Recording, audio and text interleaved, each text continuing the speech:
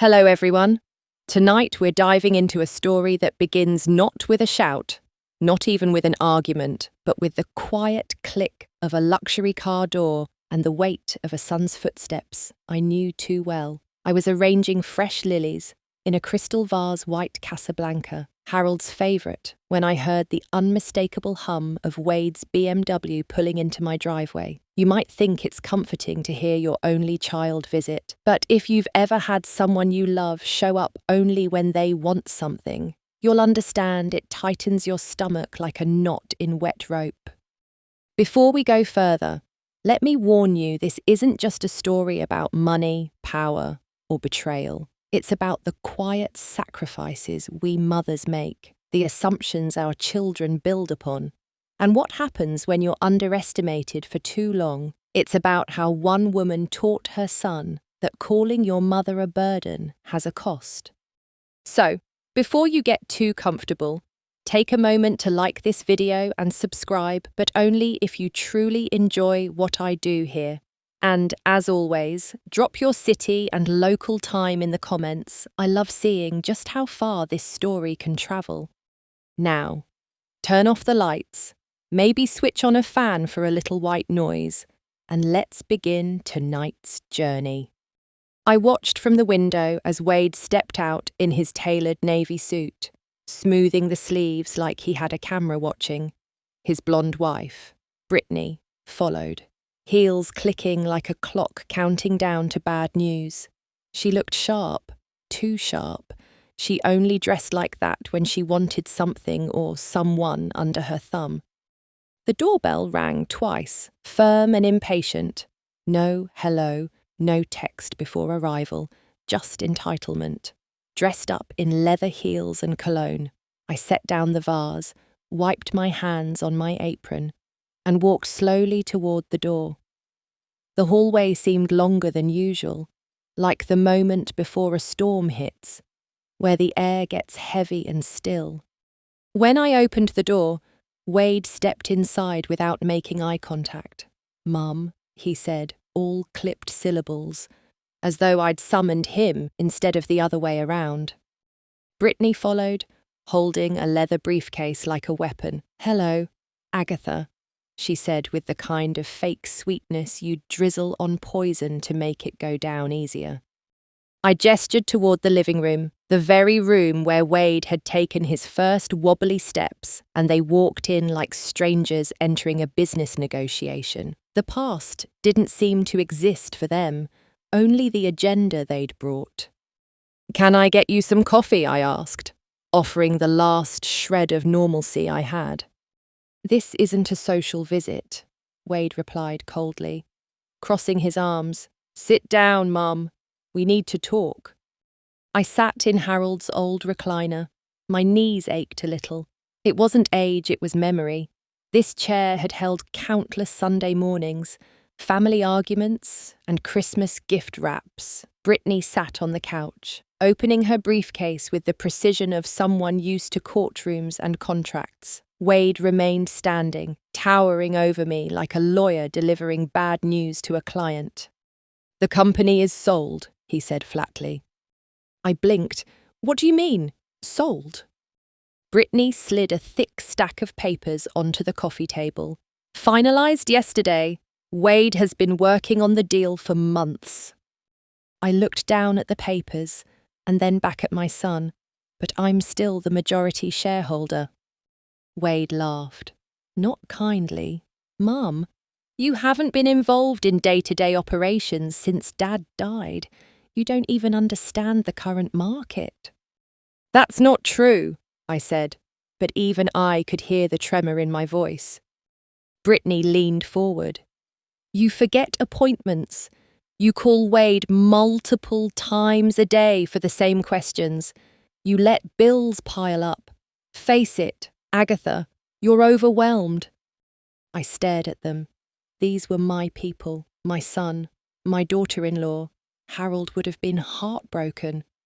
"You're 64, Wade continued, now with the cadence of someone reading a prepared speech. "You've done enough. You should enjoy retirement.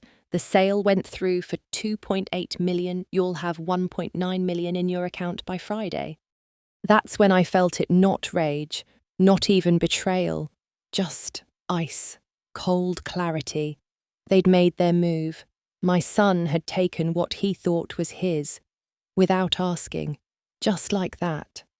I'm asking you to sign off, Mum, to make it official, Wade said, placing a pen beside the paperwork. To acknowledge this is in your best interest. Britney nodded. No more board meetings, no more stress. You can garden, read, travel, be free. Then came the knife in my chest. You're a burden, Mum, Wade said, voice calm, almost rehearsed. You've been one since Dad died. You make things harder than they need to be. And just like that, the little boy who once needed me to chase away thunder became the man who saw me as ballast. I nodded slowly. Then I smiled. And I said, okay, good luck. I don't think he expected that. That simple sentence, okay, good luck, hung in the air like the faint smell of scorched sugar. Wade blinked, genuinely thrown. Britney froze mid-reach, still holding out the pen, her acrylic nails gleaming like talons in the lamplight. You're not going to argue? Wade asked, confusion creeping into his voice like a draft through an old window. No speech, no guilt trip about how we're family. I stood slowly, brushing a stray petal off my skirt. Would it make a difference, I asked, my tone even, almost gentle. He didn't answer. I walked toward the table, signed exactly where Britney pointed, my hand perfectly steady. It was almost funny how calm I was while supposedly being robbed blind. Maybe because I'd been preparing for this day since Harold died. Or maybe because, when you've spent a lifetime underestimated, you learn how to see the punch before it's thrown. When I handed the pen back, Britney was visibly rattled. Thank you, she said, but her voice betrayed her. It trembled just a hair. She was expecting a fight, drama, tears. Instead, she got compliance. That scared her more. I walked them to the door. Have a lovely honeymoon in Milan, I said with a smile that made Britney's brows knit together. She paused. How did you? I know more than you think I do, I replied. Wade looked over his shoulder as he stepped outside. That's it, I said. Then I closed the door, turned the lock, and exhaled. The house fell quiet again, but it wasn't the silence of defeat. It was the silence before a storm shifts direction. I returned to the armchair and sat down, letting the weight of the last 20 minutes settle into my bones. The scent of lilies still clung to the air. The sale was done. On paper. Anyway, they thought they'd won. I picked up my phone and called Marcus. He answered on the second ring. You heard from him? They were just here, I said, leaning back and closing my eyes. It's done. He thinks he sold everything. There was a pause, and then Marcus chuckled lowly. Every word go as we expected. Right down to calling me a burden. That bad, huh? I opened my eyes and looked at the ceiling. It doesn't hurt anymore. Not like it used to. What hurts now is how predictable he's become. Shall we begin the timeline review? Yes, I said. Let's do that. He pulled up the files. We begin in 1983, correct? I smiled. Correct. The year Harold and I built the bones of something real.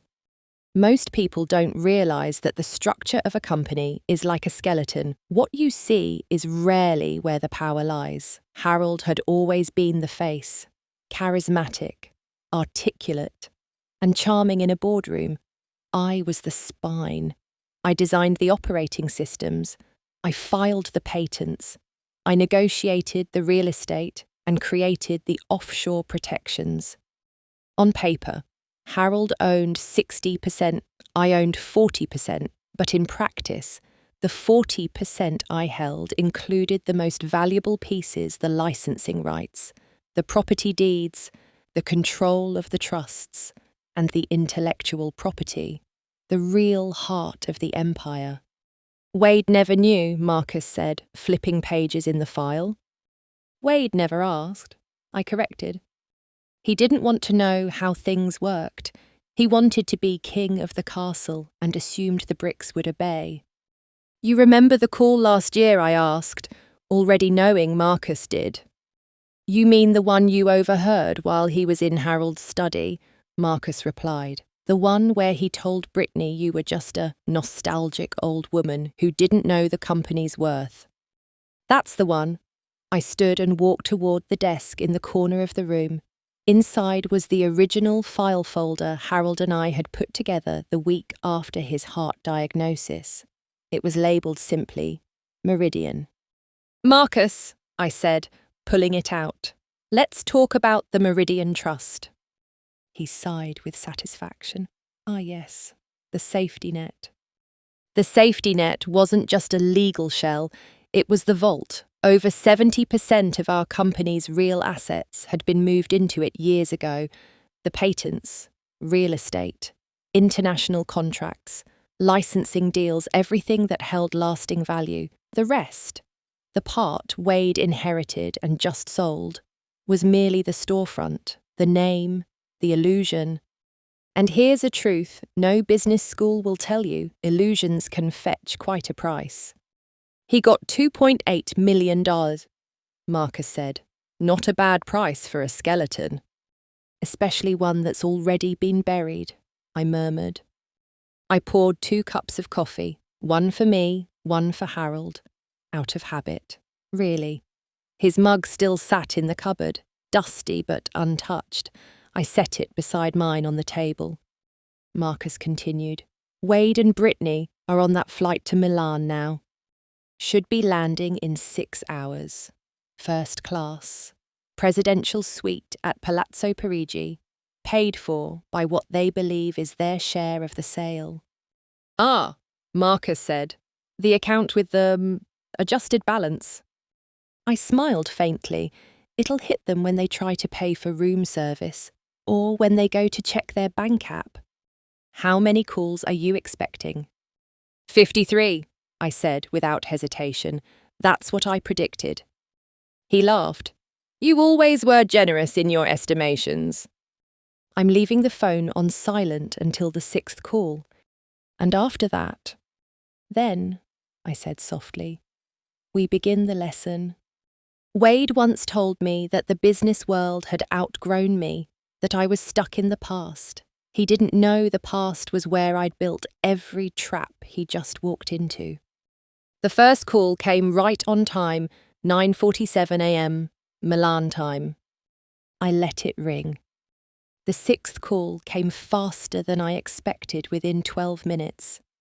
I was sitting at the breakfast nook with a pot of chamomile tea and a slice of lemon cake I'd baked the night before. The sky outside was painted in morning gold, dew still clinging to the rose bushes Wade had once tried to landscape when he was 12. He'd trimmed everything down to stumps and declared the yard modern. That should have been a sign. I picked up the phone and let it connect. Hello. Wade. His voice burst through like steam from a cracked pipe. Mum, thank God, there's a huge problem. The money isn't in the account. It's not showing up at all. The hotel says our card was declined. Can you check with the bank? Maybe it's a wire delay. I stirred my tea, watching the spiral of steam rise. That's strange, I said lightly. Have you called the bank? Of course I called the bank. He snapped. They said the account was closed. Yesterday afternoon. How does an account close itself? I hummed. I wouldn't know. Dear, banking's never been my strength. You've said so yourself. There was a scuffle in the background, heels on tile, followed by a voice I'd recognise anywhere. Tell her to fix it. Wade. Now. Britney, still wearing that high-gloss entitlement, the kind that doesn't pair well with overdraft notices. Mum, Wade continued, attempting composure. Listen, there's clearly been some mistake. I need you to call Marcus. Something's gone wrong with the paperwork. We were supposed to get those funds yesterday. I'll call him in the morning, I said. It is morning. Not here, I said with a smile. It's 3 a.m. In Texas. I'm sure Marcus is still asleep. We're stranded in Milan, he hissed. We have dinner reservations. We're supposed to tour villas tomorrow, and we don't have access to any money. Didn't bring cash for emergencies, I asked sweetly. That's risky in Europe, pickpockets and such. Silence, just his breathing, sharp and uneven. Then came the shift his voice flattened, took on that brittle edge. Mum, I need you to listen very carefully. Call Marcus. Find out where the money is. I'm serious. I set down my teacup. Which money are you referring to? Wade. The sale money? My inheritance? The $2.8 million, the part of the company I sold. I smiled and felt the warmth of it spread through my chest like honey. Oh, that money. Yes, I know exactly where that is. Thank God, he exhaled. So just... It's in my account, I interrupted, where it's always been, and where it will stay. I could almost hear the exact moment the marble dropped in his brain. What did you say, he whispered. You sold 30% of Herald Industries, Wade. The 30% your father and I left under your control, you sold it for $2.8 million. A good price, I suppose, for the storefront, the employee roster, and a logo. Britney's voice screeched in the background. What is she talking about, Wade? What is she saying? I'm saying, I continued, that you didn't sell the company, you sold the shell. His voice came back hoarse. Where are the assets? The patents, the international contracts, the real estate, all safe, all in the Meridian Trust, which, if you recall, I control. I heard the phone fumble. Then Britney's shrill voice came to the forefront. Mrs. Holloway, this is Britney. There's clearly been a misunderstanding. That money belongs to Wade. To us. Hello, Britney. How's Milan treating you? Don't deflect, she snapped. This is elder abuse. We'll sue you. With what lawyers, I asked. From what bank account? In what jurisdiction? Texas trust law is very clear. Dear. And Marcus has been preparing for this for 3 years. Silence. Wade came back on, and for the first time, his voice cracked. You can't do this to me. I'm not doing anything to you, I said softly. I'm doing something for me, for the woman you called a burden. There was a long pause. I could hear Italian being spoken in the background, something about credit cards not working. Mum, his voice sounded smaller now. Don't leave us like this, please. I walked to the window and looked out over the garden, the morning sunlight draping the roses in soft light. Wade, I said, you left me long ago when you decided I was worth more sold than seen, when you called me a burden. This is just your receipt. He didn't speak again. I ended the call and turned off the ringer. 3 missed calls followed in the next half hour. Then 5. Then 11. I opened the front door, letting the breeze sweep through the house. I'd never felt lighter in my life. By noon, I had 27 missed calls and 3 text messages, all variations of panic. One from Britney read in all caps, "We're calling the lawyers." Another, more desperate, "You're destroying your own family." I didn't reply. Instead, I made a second pot of tea and went to my study. That room hadn't changed much in 30 years. The wallpaper was a little faded, and the rug Harold picked out in '95 was wearing thin at the edges. But the desk was still solid mahogany. Inside its drawers were memories, and more importantly, proof. I pulled out the original Meridian trust binder, thick and heavy. It was a mosaic of legal precision timelines, property deeds, patent filings, licensing contracts, and the transfer records Harold and I had executed over the course of decades. This wasn't some paper shuffle game. This was the backbone of an empire, and it was mine. Marcus arrived promptly at 200 carrying his weathered satchel and a grim expression that softened when he saw my face. "I take it the fallout has begun," he asked, setting his briefcase down beside the armchair Harold used to occupy. "Like clockwork," I said. "They landed in Milan and tried to use cards tied to an account that doesn't exist anymore." He smirked. "How many calls?" 31 and counting. He poured himself a cup of tea. "So, what's next?" I opened the binder and pushed it toward him. We walked the timeline again. We started with the 1983 formation of the company Harold and I were just kids with an idea and no capital. He had charm, I had spreadsheets. Investors were skeptical of women in power, so Harold became the front. But behind every handshake was a clause I'd written. Behind every big win was a strategy I'd drafted. By 1995, we were operating across 4 states. That's when I created our first shell subsidiary, Patterson Holdings. Through it, I acquired the real estate assets and funneled the leases through a licensing agreement. Nothing illegal, just strategic. It meant that even if Herald Industries was sold, the buildings themselves belonged elsewhere, to me. By 2007, we had patents in distribution logistics and smart inventory forecasting. Those were filed under a different entity, Eastlake Intellectual Properties. I set it up on my birthday, a little gift to myself. Wade never asked about it. He assumed anything his father touched belonged to him. When Harold died in 2019, I knew what Wade would do. He didn't cry at the funeral. He crunched numbers. 2 weeks later, he suggested I step down. "For your peace of mind," he said. "Let me shoulder the burden."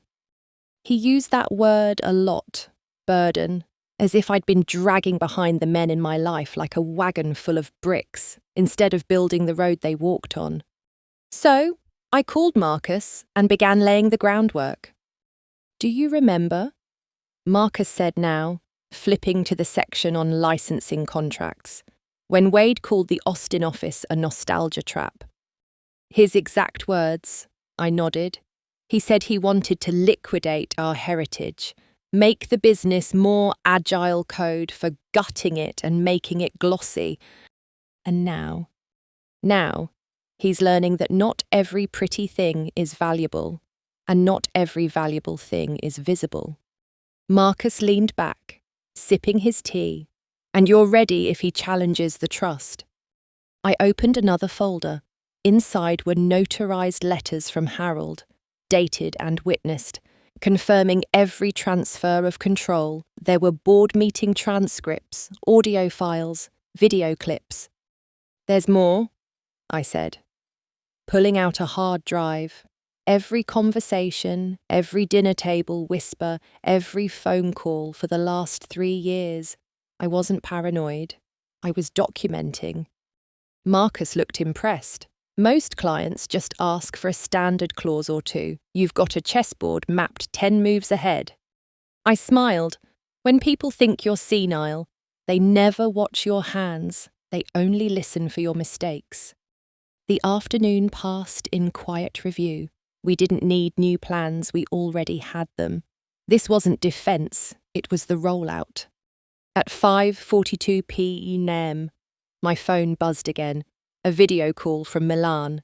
I let it ring out. I'd return it when I was good and ready. By sunset, I stood in my garden, the one Harold and I built before we built a company. It smelled of rosemary and late summer hydrangeas. I dug my fingers into the soil, grounded by it. My son had just sold the name of our legacy for $2.8 million. But I still owned its bones, its breath, its blood.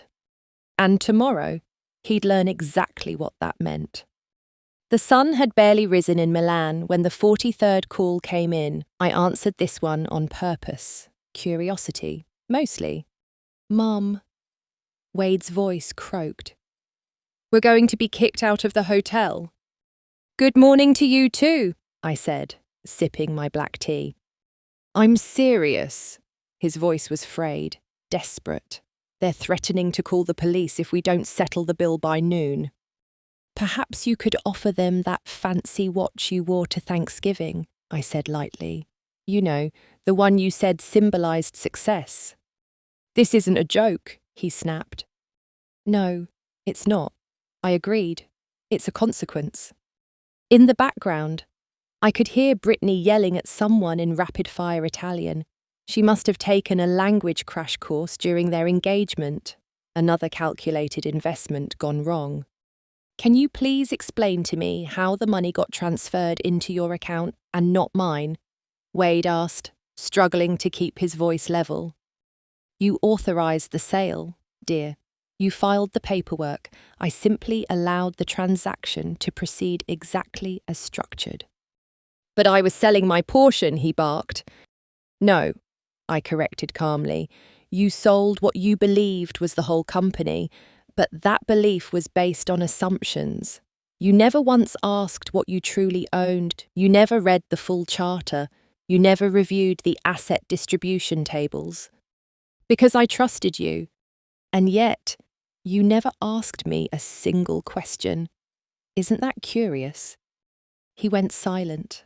I could hear a hotel manager approaching. He must have stepped into the corridor to call me, trying to shield the embarrassment from public view. We called Uncle Robert. He finally said, He's wiring money for tickets home.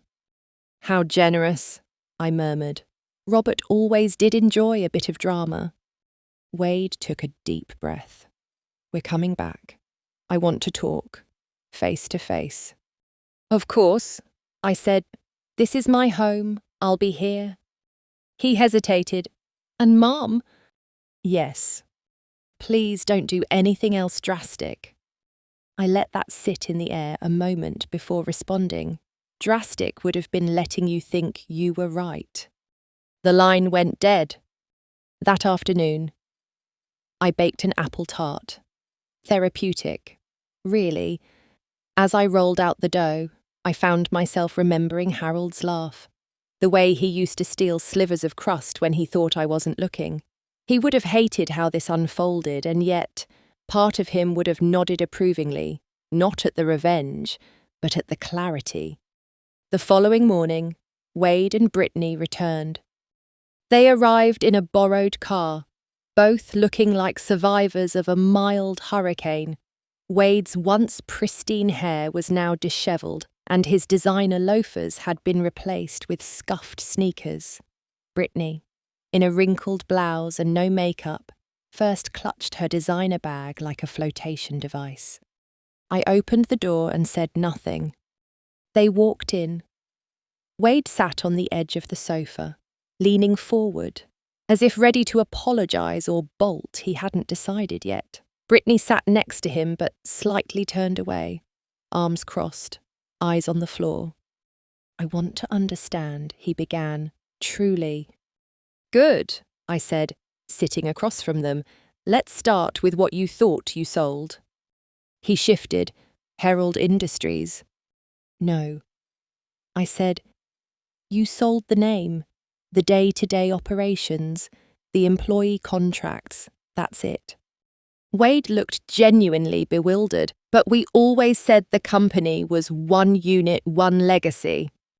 I pulled out a folder and slid it across the table. These are the ownership transfers filed in 2017, 2018 and 2019, signed by your father, approved by the board, witnessed, notarized. I own all intellectual property, all real estate, all overseas licensing. Britney glanced at the documents and blanched. You split it before Harold passed. I protected it, I replied, because I knew this day would come. And the money from the sale, Wade asked. That was supposed to be our future. No, I said gently. That was supposed to be your shortcut. He blinked. So, what now? I leaned back. That depends. Are you here to sue me, or are you here to listen? Wade looked down at his hands. I don't have a lawyer. I don't have anything. You have a choice. I said, you can leave here and keep blaming me, or you can stay, follow my rules, and rebuild something real. Britney stood up. I didn't sign up for this. I know. I said, you signed up for the version of Wade that was built on illusion. She grabbed her bag. Fix this, she said to Wade, before storming out the front door. Wade watched her leave. Then he turned to me, eyes wet, shoulders sagging. What do I have to do? I stood, walked to the side table, and handed him a handwritten list. House rules. $50 a week for the spare room. Daily chores. Start from the bottom if you want back into the company. No complaints, no excuses. He read it in silence, then nodded. Okay, I'll earn it.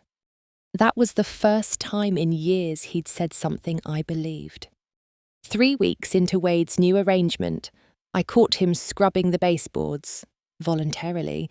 He didn't see me at first. He had his earbuds in and was humming softly to some 90s playlist. I stood at the edge of the hallway, watching him work in an old t-shirt and pajama pants that were clearly not designer. He looked real, exhausted, but real. He'd been quiet those first few days, woke up early, did his assigned chores, paid his rent in cash. He spent evenings at the kitchen table reviewing old files from the company, scribbling notes in a spiral-bound notebook. I didn't offer help. He didn't ask. We existed in a rhythm of cautious politeness. That morning, as I folded laundry in the den, he approached me slowly like a man tiptoeing through a field of landmines. Mum. Yes. Would it be okay if I sat in on tomorrow's staff call with the European partners just to observe? I looked up from a basket of socks and gauged his face. No trace of the arrogant son who once bragged he could close a deal while drunk. You've read the files? Twice, he said, and I looked up the German team on LinkedIn. They seem serious. They are. Efficient too. Don't mistake their quiet for disinterest. He smiled faintly. Sounds familiar. That got a chuckle out of me. I nodded. Be ready at sharp. He was already logged into the Zoom room when I joined. He'd shaved, put on a dress shirt, and jotted down bullet points on a yellow legal pad. During the meeting, he didn't speak once, but I noticed how often he nodded along, brows furrowed in concentration, occasionally scribbling something furiously. Afterward, he handed me his notes. They were solid, thoughtful, insightful, even. You noticed their hesitation about distribution rights, I said, flipping through the pages. That was sharp. I also noticed you let them talk through their discomfort, he said. You didn't jump in to fix it right away. That's because control is a myth in business. Trust, however that's real. He nodded slowly, absorbing that like a student who actually wanted to learn this time. That evening, he helped me prepare dinner. He didn't hover. He didn't try to dominate the kitchen. He grated cheese, washed lettuce, and set the table like he had something to prove, not to me, but to himself. Over dinner, I told him the story of our very first client. Your father charmed him in the lobby of a second-rate hotel, I said, but that man signed because I caught a clause in the vendor contract that would have buried us in liability. Wade looked stunned. I never heard that story. No one did. Harold believed in protecting the image of leadership, even if it meant erasing the support system behind it. He chewed slowly. And you let him. I loved him, I said simply, and back then, Invisibility felt safer than confrontation. Wade looked down at his plate. "I'm sorry." I didn't respond right away. I let the quiet settle. Not everything needed to be forgiven in a single conversation. That night, I checked my email and saw a new calendar invite sent from Wade for a prep meeting ahead of next week's Japanese licensing presentation. He'd attached notes, market analysis, and a brief on cultural negotiation etiquette. It wasn't perfect, but it was a start. The next morning, I caught him watering the garden, our garden, Harold's garden. He was wearing rubber boots that didn't fit and a sun hat I hadn't seen since 2010. He looked like a man trying to remember what patience felt like. "Mum," he called from the roses, "do you prune in the morning or evening?" "Both, depending on how kind the sun feels." He turned and grinned. "That sounds like something out of a fortune cookie." It's actually from the Rose Gardener's Almanac, 1986 edition. He paused, thoughtful. "You always remember details like that. No wonder you knew what to do with the company." "That's not memory, Wade. That's intention." He nodded. "I'm learning that now." Later that day, I noticed he'd replaced the batteries in the smoke detectors and realigned the crooked picture frame in the upstairs hallway. Small things, quiet thing, but they said more than any apology ever could. He didn't ask to reclaim the company. He asked for responsibility. And that was how I knew he was finally becoming a man I could trust. A month after Wade returned, the recordings surfaced. Not by accident, not through gossip or leak. I played them on purpose. It was a Sunday afternoon, the kind where the air is thick and still, and even the birds seem to be holding their breath. I asked Wade to sit with me in the study. He looked nervous, he always did, when I summoned him there now, as if expecting another trapdoor to open beneath his feet. I handed him a pair of headphones. "Listen." He hesitated. "What is it?" "Your voice," I said softly, "and your father's, from the last year of his life." He paled but slid the headphones on. I hit play. The first recording was familiar Wade in Harold's office, his tone slick and confident, saying, "She's slowing down. I think it's time we phased her out gracefully. Of course. Maybe give her a title that means nothing. Keep her off the real decisions." There was a pause, then Harold's voice, low but firm. "You underestimate your mother." Again. Wade sat frozen, listening. His face didn't change, but his fingers gripped the arms of the chair. The next clip jumped forward to a conversation I wasn't even present for. Wade was on the phone, probably with Britney. "She acts like she's still relevant, but I've got the board's attention now. Dad's barely involved. Once he's gone, it's mine." And then, Harold again. This time alone in a recorded message he'd left for me. "If you're hearing this, Aggie, it means the plan worked. We protected what we built. You always saw further than I did. I hope Wade learns before it's too late." Wade tore the headphones off. His face was ashen. "Why are you showing me this?" "Because you need to know how far you fell," I said gently, "and how close your father came to cutting you out entirely." He looked like he might vomit. He recorded that. He knew what was coming. He didn't want me to doubt myself when I took control. Wade rubbed his hands over his face. I was awful. "You were entitled," I corrected. "You thought love was a ladder you could climb past." He nodded slowly, shame flooding every inch of him. I don't remember being that cruel. Memory has a funny way of editing out the parts we don't like. There was a long silence. Then he whispered, "Do you hate me?" "No," I said honestly, "but I did stop trusting you, and that's worse." His shoulders sank. I want to earn it back.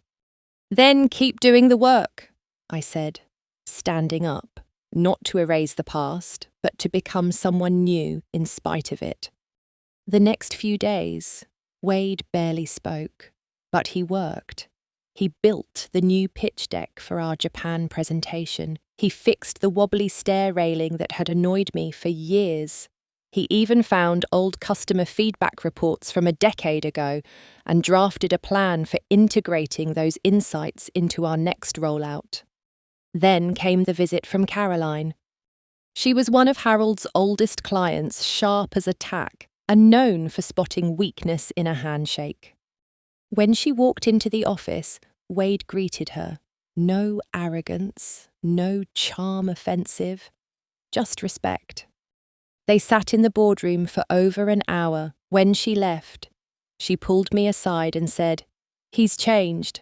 I don't know what you did to him, but I see Harold in him now." That was the moment I let myself believe it might be possible. That night, Wade knocked on my bedroom door. "Can I ask you something?" I looked up from my book, of course. "Why didn't you expose me sooner? You had the recordings, the files. You could have ruined me." I studied him for a long moment, because I wasn't trying to ruin you, I was trying to wake you up. He sat at the edge of the bed like he used to when he was little and couldn't sleep after a thunderstorm. "I think I'm finally awake," he said quietly. And for the first time in years, I believed him.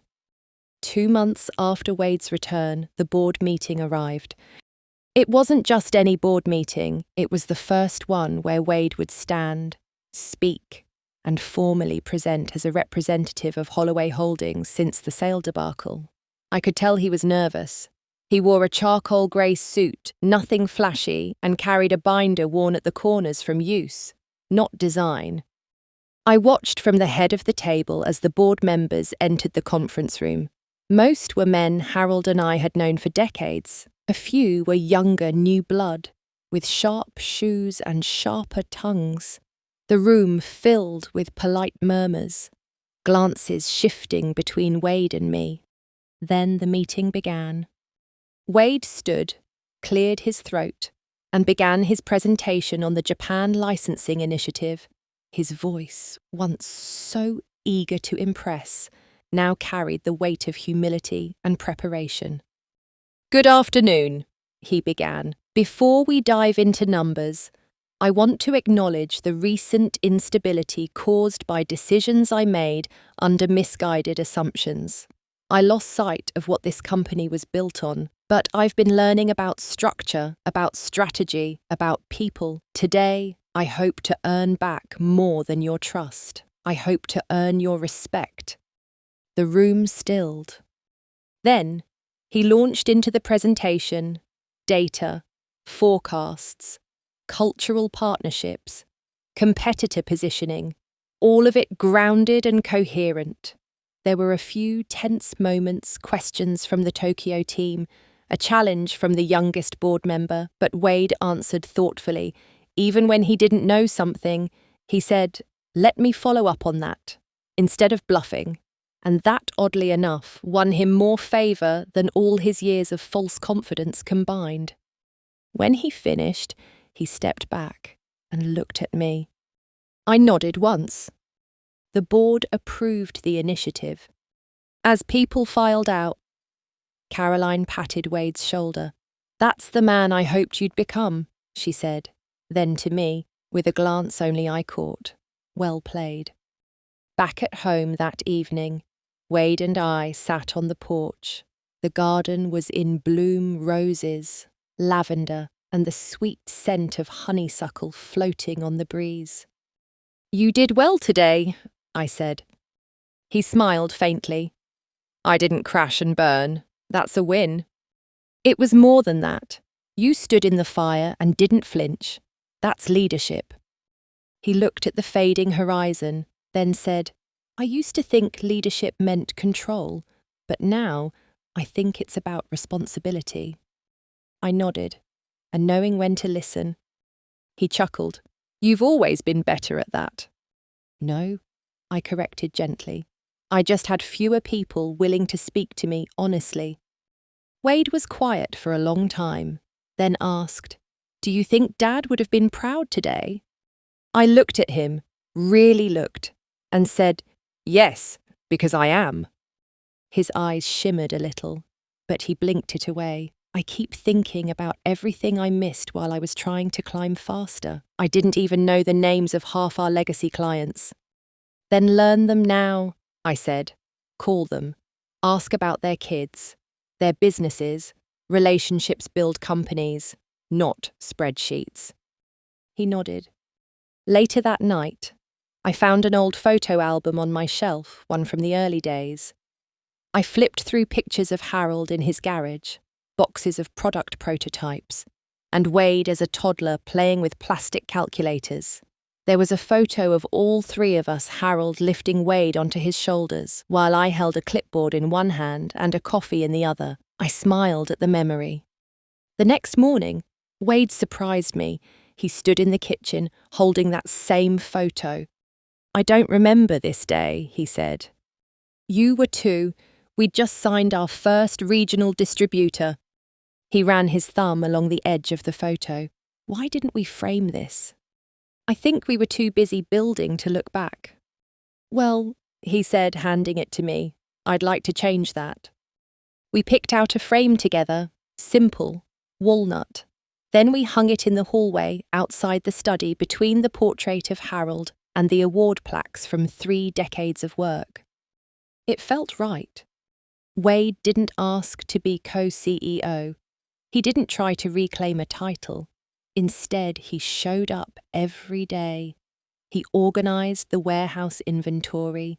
He set up mentorship sessions with the junior staff. He even repaired the rusted fence in the south garden. Every act was small, but together they became something larger than redemption. They became transformation. By fall, the transformation had become visible to everyone. Vendors called and asked to speak to Wade directly, not because they were confused, but because they trusted him. Interns followed him around with clipboards, eager to learn, scribbling notes as he explained inventory systems and supplier relationships with the same care Harold once used to explain profit margins to me over spaghetti dinner. It was surreal and humbling. One day, Sandra, our longtime head of HR, stopped by my office with a coffee and a knowing look. "Thought you might like to hear this," she said, setting the mug down. "Wade offered to mentor the 2 newest associates on his own." I looked up from the compliance reports. "Really?" "Volunteered, said he wanted to help them avoid the same mistakes he made." I leaned back in my chair and smiled. Well, there's a headline I never thought I'd read. She grinned. "The office is buzzing about him. Some of the older staff are even, dare I say, hopeful." Hopeful. That word hadn't lived in our halls in a long time. That weekend, Wade asked if he could join me at the community charity dinner. It was the same annual event Harold and I used to sponsor, quietly scholarships for local students, aid for food banks, small business grants. "You want to come?" I asked, surprised. "I don't want to sit at the head table," he said. "I want to work the floor, talk to donors, hear what the community needs." So we did. We stood shoulder to shoulder pouring coffee, passing out flyers, and listening to people who'd once looked at us as unreachable. One woman, grey-haired and sun-kissed from working in her family orchard, pulled Wade aside and said, "I remember your daddy. He used to come fix our loading dock for free when it broke down.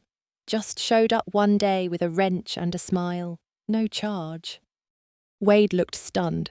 He never told me that. "He didn't do it for applause, honey.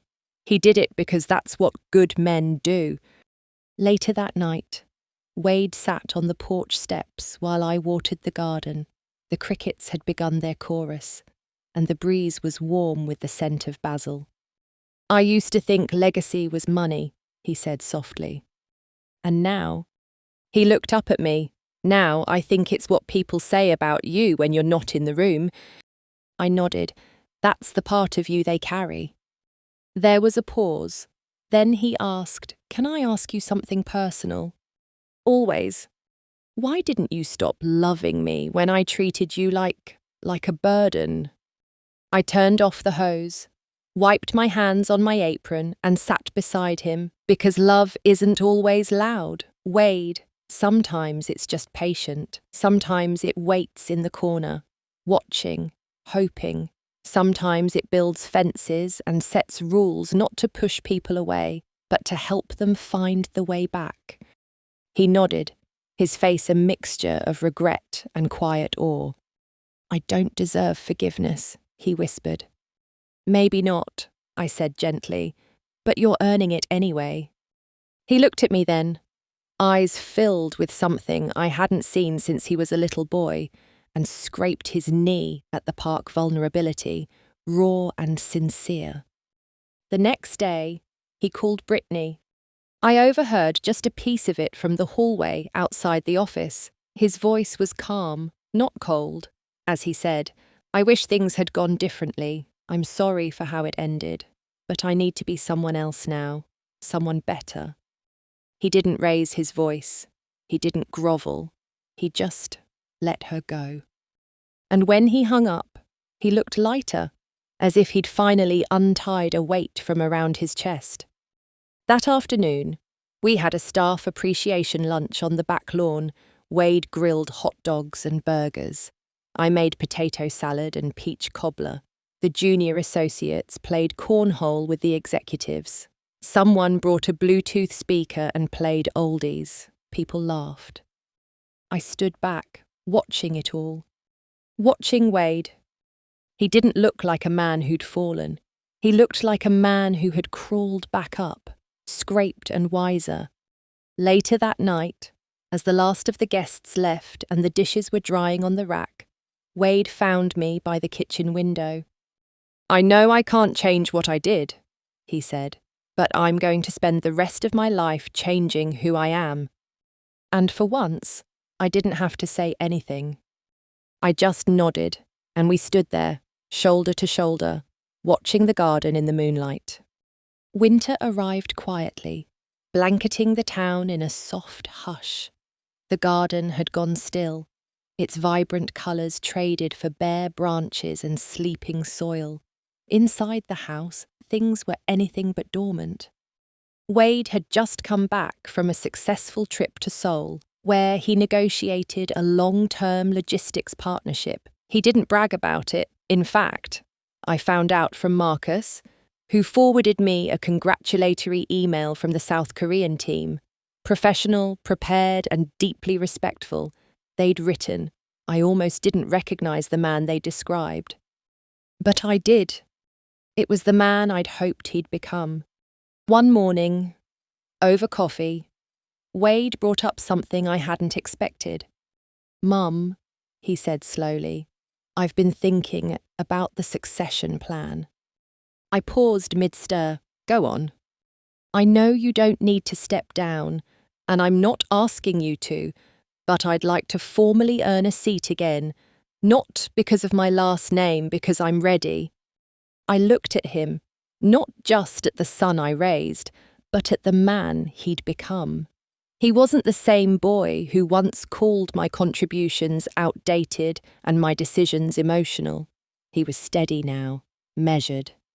"I've had a proposal drafted," he continued, "a real one, with a 3-year roadmap, metrics, internal mentorship, leadership rotation, no shortcuts. I want to earn my place." I nodded slowly. I'd like to see it. He smiled not with entitlement, but with relief, "Thank you." Later that week, we reviewed it together in the study, the same room where Harold and I once scribbled our first business plan on the back of a grocery receipt. Now, my son sat at that same desk, flipping through slides with maturity I hadn't dared hope for 2 years ago. The proposal wasn't just good, it was smart, collaborative, forward-looking. He'd even included quarterly listening sessions with employees and outlined his vision for updating our sustainability practices without compromising legacy operations. This, I said, tapping the final page, this is leadership. He exhaled. So, what happens now? You'll start in January. A new title, a new contract, no co-CEO, not yet, but Executive Director of Development and Strategy. He grinned like a kid at Christmas. Seriously. I don't offer things I don't mean. And just like that, the boy who once tried to sell the family name now had the chance to carry it properly. That night, I took out the old box from the attic. Letters, receipts, photographs. At the very bottom, wrapped in linen, was Harold's watch. Not the flashy one, the one he wore when he built shelves, when he coached Wade's little league team, when he came home late from the warehouse with sawdust in his hair. I gave it to Wade. He looked down at it, stunned. I thought this was lost. It was waiting. He fastened it to his wrist. It fit. Christmas came, the house filled with laughter, employees stopping by with baked goods and cards. Sandra brought her grandkids, and Marcus, bless him, showed up with a bottle of wine and a terrible Santa hat. At dinner, Wade made a toast. I once thought legacy was what we leave behind, he said, but I've learned it's also what we repair, what we choose to build again. Thank you, Mum, for giving me the chance to rebuild. I didn't cry. Not then. I waited until later, when the house was quiet and the candles had burned low, and I stood alone in the hallway, staring at the framed photo, the one we hung together months ago. There we were, Harold, Wade, and me, smiling, starting something. Now, years later, we were still building. The road to redemption isn't paved with apologies. It's laid brick by brick, with action, with change, with humility. Wade thought he'd inherited a company, but what he inherited was something far more powerful. The values that built it, the love that protected it, and the wisdom to carry it forward not just as a leader, but as a son finally ready to stand beside his mother. Not above her, beside her,